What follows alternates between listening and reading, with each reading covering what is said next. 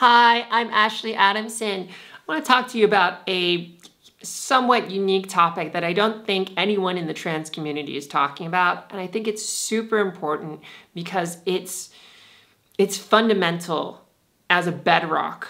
It's a mentality that will help you get through some of the hardest things in life and in your transition if you are transitioning. And that is having a warrior's mentality. What I mean by that is when you go out there and when you are thinking about the things that you are confronting, the challenges that you have, having a mentality as a warrior toughens you up. It makes you stronger and it gives you something to fall back on to say, within me, I have the strength to overcome and to fight back over the things that I feel are going to be resisting and pushing me back, and feeling a sense of inner resolve as I move through this. And I think that's super important because it also gives you purpose. It gives you meaning. It gives you a feeling within you that you're doing something greater for yourself. You are becoming the hero of your own story. And who doesn't want to be the hero of their own story? I think a lot of trans people get stuck in a victim narrative that the world is imposing on them. The world is saying they're not valid. The world is misgendering them. The world is making their life harder. The world is more expensive. The world is it's making things really tough. And yes, it is. I totally acknowledge that. There's a lot of things about being trans that's just really, really hard. But how do you tell that story to yourself? Do you tell yourself that I'm a victim and woe is me and everything is kind of inflicting itself on me? Or do you say, you know what, I'm taking the beat down, but I'm strong within myself and I can overcome and figure out how to make my way through this?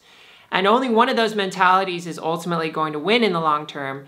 The victim mentality is the one that's going to be exhausting for you. It's the one that's going to put you in a situation where you may be complaining a lot and it may distance you from other people around you because people don't want to hear you complaining all the time. Like, it's okay to have groans and gripes with some of the realities that you face as a trans person. I think it's just okay for anyone to have that. But if you're chronically complaining about your situation and your story isn't changing, people are going to shut off. People are going to turn off the radio station and listen to something else because you're not growing. You're not going out there and pursuing some better life or better reality. Instead, you're happy with being sad. You're happy with being a victim of your reality, and you don't want to change that.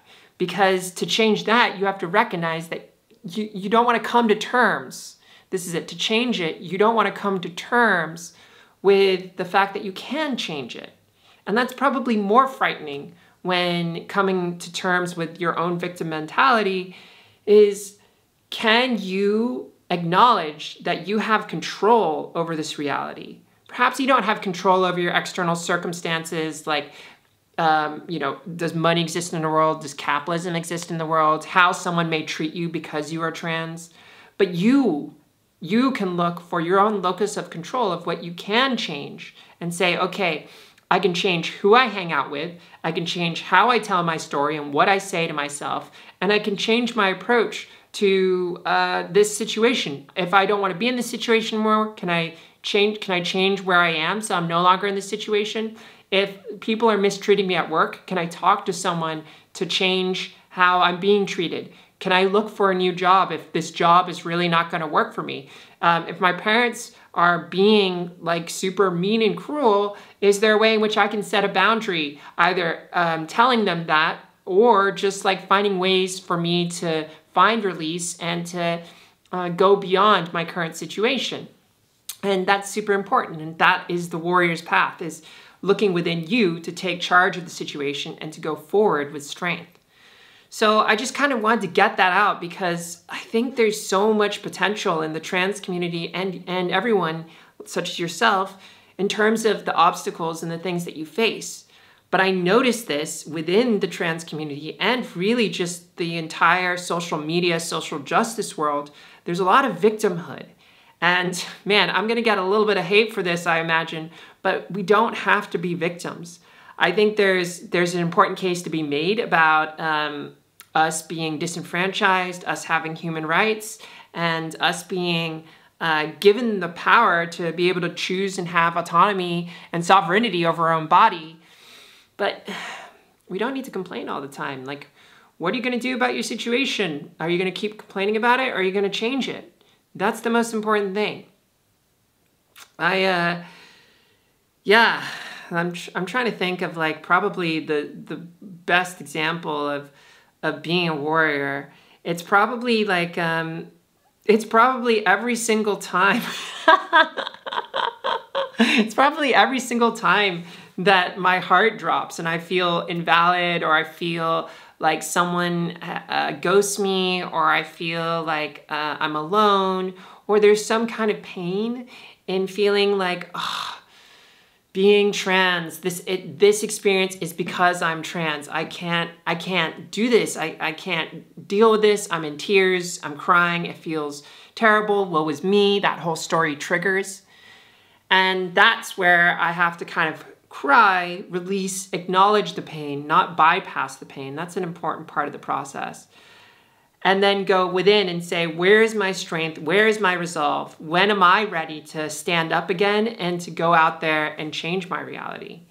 So this has been kind of like a rah, rah, rah, but I really want to get that across. Like, how can you be a warrior? How can you think about your reality in a way where you can act upon it? You can be the strong one. You can be the hero of your own story. That's the most important question to ask.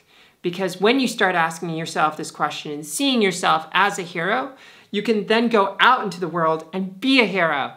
And isn't that fantastic? Don't you want to be the positive force for good in your life? Thank you for tuning in today. Thank you to my Patreon supporters for supporting me and doing these videos. Please check out my Patreon if you want to support me in making these videos. They take a lot of energy and time.